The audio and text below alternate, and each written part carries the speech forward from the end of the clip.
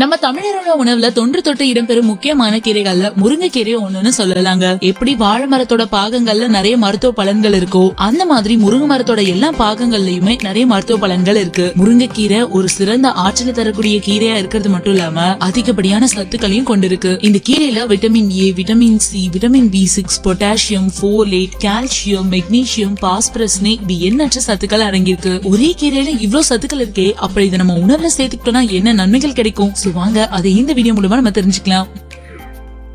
முருங்கைக்கீரையில அதிகமான நார்ச்சத்து, ஆன்டி ஆக்சிடென்ட்டும் இருக்கு. இது நம்ம உடம்புல தங்கி இருக்க கெட்ட கொழுப்புகளை கரைக்குமா, அது மட்டும் இல்லாம ரத்தத்துல இருக்க சர்க்கரையோட அளவை குறைச்சு கெட்ட கொழுப்புகளையும் எரிக்குது. முக்கியமா சொல்லணும்னா முருங்கைக்கீரையில குறைந்த கலோரிகள் மட்டும்தாங்க இருக்கு. சோ இது நம்ம அளவோட எடுத்துக்கிட்டாலே போதும், அதிகமான கொழுப்பு கரைச்சு நம்ம உடல் எடைய ஃபிட்டா வச்சிருக்கோம். முருங்கைக்கீரையை நம்ம உணவுல சேர்த்து சாப்பிட்டோம்னு வச்சுக்கோங்களேன், முகப்பருக்களை எதிர்த்து போராடும். ஆமாங்க, முருங்கைக்கீரையை நம்ம உணவுல சேர்த்துக்கிறதுனால நம்ம சருமத்தை நல்லா சுத்தமா வச்சுக்கிறது மட்டும் இல்லாம நம்ம சருமத்துக்கு நல்ல புது பொலிவையும் கொடுக்குது.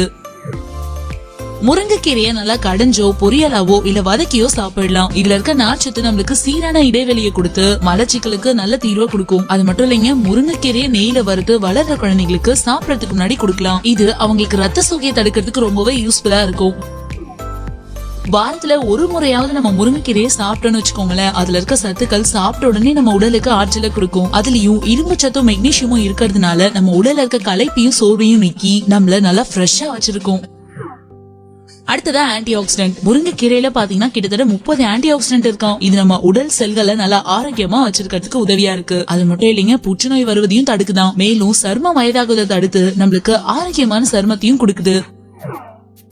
விட்டமின் ஏ சத்து அதிகமா இருக்க அந்த முருங்கைக்கீரை பார்வை திறனை அதிகரிக்கும். முருங்கைக்கீரையை அரைச்சு அதுல இருந்து சாரை பிழிஞ்சு கண்ணுல விட்டோம்னு வச்சுக்கோங்களேன், கண்ணு வலி நீங்கும். இல்ல தேனோட சேர்த்து கண்ணிமைகள்ல தடவினாலும் சரி, கண் நோய்கள் குணமாகும். அதோட முருங்கை இலை இருக்கு இல்லையா, அதை எடுத்துக்கோங்க. சம அளவு அது கூட மிளகையும் சேர்த்து நல்லா நசுக்கி சாரை பிழிஞ்சுக்கோங்க. இத தலையில வலி இருக்க இடங்கள்ல பற்று போட்டாலே போதும், தலைவலி சீக்கிரமாவே குணமாகும்.